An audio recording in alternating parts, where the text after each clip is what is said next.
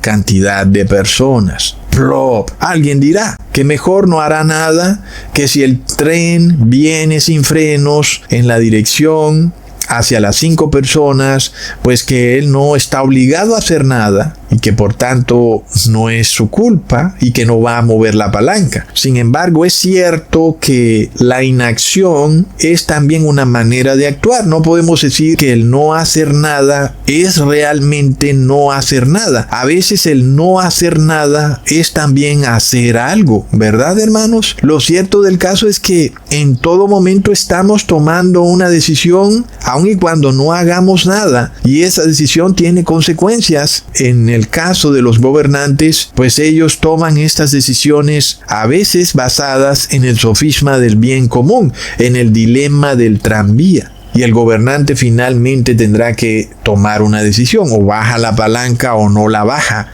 En ambos casos el gobernante está tomando una decisión. No mover la palanca no puede ser vista como que no tomó una decisión. Sí tomó una decisión.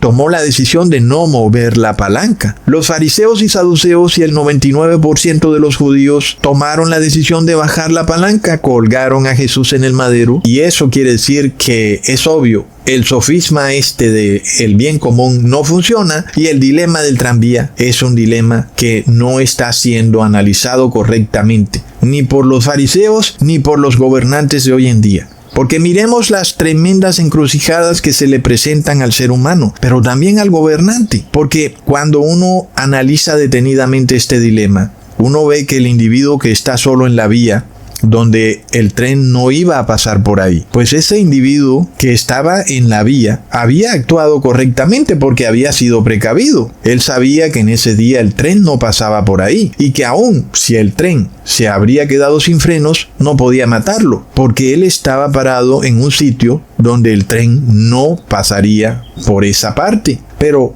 uno que pudiera pensar de esas otras 5 personas, han sido despreocupadas, han actuado de manera irreverente y se han puesto en la ruta del tren, al punto de que estaban obligando al funcionario que manejaba el tren a frenar bruscamente, y que eso podía causar que el tren se descarrilara y se accidentara. ¿Verdad, hermanos? Entonces, ¿ahora qué pasó? Estas personas confiaban en que el funcionario del tren iba a frenar, y resulta que ahora el tren se había quedado sin frenos. Entonces, yo pregunto, ¿quiénes son los que están actuando mal? Porque hay personas que dicen de este dilema del tranvía que aquí no se puede tomar una decisión en base a un juicio sobre quién actúa mal o bien, pero me parece que no es así. Claro que sí podemos tomar una decisión. Está a plena vista que quienes han actuado mal ha sido la mayoría, ¿verdad, hermanos? Y el hecho es que 5 personas se habían puesto en un lugar donde no debían estar. Como es apenas obvio, no te pongas en los rieles del tren. Si lo haces, un funcionario te va a regañar, es obvio, no debes hacerlo, a menos que por ahí nunca pase un tren, por lo menos haya pasado un buen tiempo donde ahí nunca ha pasado el tren. Pero si estás en una ruta donde el tren pasa diariamente, te van a regañar. Entonces es obvio que estas 5 personas sí estaban actuando mal. Ahora, el hecho de que 5 personas fueran a morir no nos da derecho a tomar la vida de un individuo para salvar la vida de otros 5 individuos, porque es como instrumentalizar la vida para lograr un objetivo. Es reducir la vida a un concepto utilitario, convertir la vida en un objeto en donde tú lo usas para lograr algo, como si tú quisieras subir a un segundo piso y tomaras un banco y te montaras en él y subieras al segundo piso. No puedes hacer eso con la vida de un individuo. La vida es sagrada y es valiosa y no puede ser reducida a un objeto utilitario para lograr un objetivo, como una especie de líquido de frenos adicional, una especie de colchón que lograría evitar la muerte de esas otras 5 personas despreocupadas. Ese es otro punto clave. La vida de un individuo no puede ser usada para salvar al colectivo, y eso fue lo que hicieron con Jesús. El 6º mandamiento nos dice: no matarás. Pero aquí en las 2 situaciones siempre va a morir alguien. Casi que se te hace ver a ti como si tú vas a matar a alguien, sea que quieras o no. Tú desafortunadamente estás ahí en ese punto donde tienes que tomar una decisión de mover o no mover la palanca. 5 personas van a morir si la dejas así como está y una persona va a morir si la mueves. Ok, pero el 6º mandamiento nos dice no matarás. En este caso, nosotros vemos que en las dos situaciones siempre va a morir alguien. Sin embargo, ¿en cuál de las dos decisiones sí se está violando el 6º mandamiento? Pues evidentemente sí se viola el 6º mandamiento si mueves la palanca hacia abajo y matas al individuo, porque nadie te da el derecho de tomar su vida, de apropiarte de ella, de usarla como instrumento u objeto para lograr un objetivo. El hecho de que más cantidad de personas iban a morir no podía ser usada como pretexto para tomar la vida de un ser humano. Esto parece ser que no lo entiende la Iglesia Católica, la cual tiene la pena de muerte en su catequesis católico. Ella no entiende. La pena de muerte no puede ser usada para salvar el bien común, que es su doctrina. ¿Ok? La vida es siempre un derecho inalienable. No solo del colectivo, sino también del individuo. Pero aquí viene el sofisma, que el gobernante debe respetar o proteger el derecho a la vida del colectivo, pero no del individuo. ¿Qué es eso, hermanos?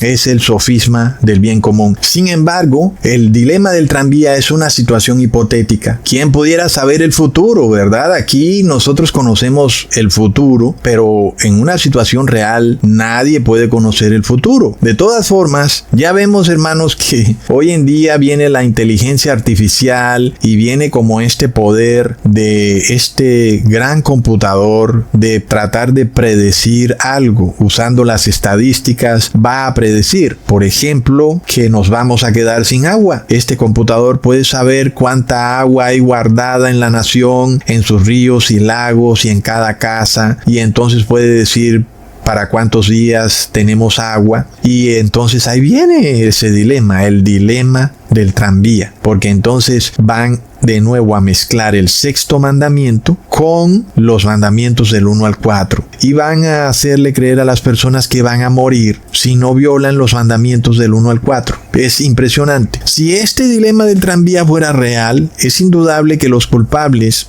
eran las 5 personas que estaban atravesadas por donde pasaría el tren. Inclusive ellos esperaban que el tren frenara cuando los viera, pero no contaban con que el tren se había quedado sin frenos. Y luego el individuo que estaba en la otra vía era una persona que había actuado correctamente, se había cerciorado de que por ahí no iba a pasar el tren. Así que es bastante injusto que venga alguien y baje la palanca y haga pasar el tren por donde nunca pasaba y lo mate a él, porque él se había puesto en un lugar donde el tren no debía pasar. Entonces, claro que bajar la palanca sí es una violación del 6º mandamiento, que dice no matarás. Es lo mismo que ocurrió en la crisis del 2020. Nosotros teníamos y aún seguimos teniendo a una población que no cuida de su salud, comen carne con su sangre, carne animal, leche, huevos, carne de animales inmundos, fuman, beben, no hacen ejercicio. Luego viene un virus sin freno, ¿verdad? Pues ¿a quién va a atropellar primero ese virus sin frenos?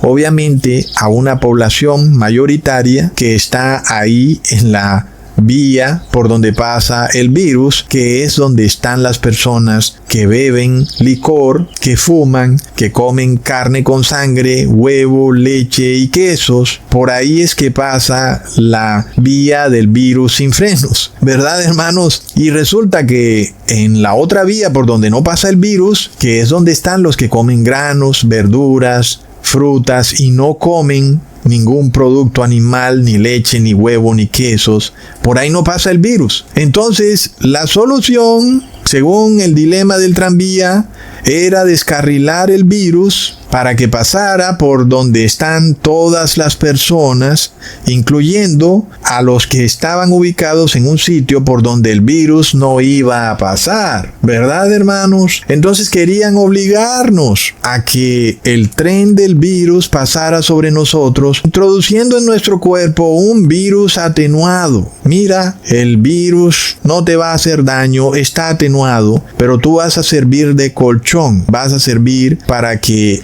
haya inmunidad de rebaño y se salve el rebaño. Pues es un concepto bastante injusto, porque también podía ocurrir, como en efecto ha pasado, que ibas a morir y que el que recibía ese virus atenuado también moría. Y eso para defender la vida del colectivo. Pues ya vemos que es un sofisma bastante tergiversado, porque aquel que hace lo correcto termina muriendo por aquellos que hacen lo incorrecto. El sofisma es bastante claro, hermanos. Cuando se nos hace creer que respetar los derechos de un criminal está mal, porque eso es promover la impunidad. Si ese fuera el caso, ¿por qué hace 50 años Estados Unidos sí podía respetar los derechos humanos de los criminales? No, ya no puede. Nosotros volvemos al mismo problema, en donde tenemos a una clase gobernante que ya no quiere respetar ningún tipo de leyes. No respetan ni las leyes civiles ni las leyes de Dios, no respetan nada. Lo único que conocen es que el dinero funciona. Si hay dinero, la gente está feliz. Si no hay dinero, se formó el pandemonium. Pero no hay respeto por las leyes. Es algo de locos. Hace 50 años el aborto y la eutanasia eran ilegales. Hoy son legales. Es decir, que las leyes están totalmente trastocadas. El sofisma del bien común es simple y llanamente salvar al culpable, nada más porque son la mayoría, y condenar al inocente, nada más porque son la minoría. Y en ese caso, entonces, el sofisma del bien común fue usado por los fariseos y saduceos para matar a Jesús. Entonces, ¿por qué viene el Papa Francisco al Congreso de Estados Unidos a decirles que de ahora en adelante impongan el bien común, porque los cristianos deben ser perseguidos con base en el sofisma del dilema del tranvía? Lo vemos, hermanos. Esta semana ha sido de locos. Nosotros vimos a este papa gringo cuyo nombre es Robert. Nos da 33 en numerología y sigue la masonería presente, ¿verdad, hermanos? Vienen a hablarnos ellos de respeto por las leyes cuando ellos son o están sometidos a las leyes del Papa de Roma, no a las leyes de su misma nación. La nación donde nació este señor, Robert Prevost, es Estados Unidos, y debería ser, como ciudadano de Estados Unidos, obediente a la Constitución de Estados Unidos, pero plop, ahora es Estados Unidos el que debe someterse a los dogmas del Papa de Roma. Y es algo locos, es la nación entera sometida a los designios de un ciudadano. Entonces, ¿dónde quedó el supuesto bien común, verdad, hermanos? Todo es una falsedad. Y nosotros esperábamos otro papa, pero ya veremos qué pasa. Hay que tener paciencia en ese tema, hermanos, porque recordemos que así pasó con el 666. De repente se aplacó y de nuevo, 2 años más tarde, vuelve y resurge el tema, pero ahora un poco más sigiloso, más discreto, pero sigue siendo indudablemente el 666. Mientras tanto, no olvidemos que en los tiempos finales nosotros seguiremos viendo extraños milagros, señales y maravillas de parte de los líderes del cristianismo. Y por eso la palabra de Dios los llama el falso profeta, es decir, los pastores evangélicos que siguen haciendo bajar fuego del cielo a la tierra. Leamos en Apocalipsis 13, versículo 13 al 14. También hace grandes señales de tal manera que aún hace descender fuego del cielo a la tierra delante de los hombres, y engaña a los moradores de la tierra con las señales que se le ha permitido hacer en presencia de la bestia, mandando a los moradores de la tierra que le hagan imagen a la bestia que tiene la herida de espada y vivió. Y cuando la palabra dice que este poder hace descender fuego del cielo a la tierra, se refiere directamente al poder de los pastores evangélicos que hacen estos extraños milagros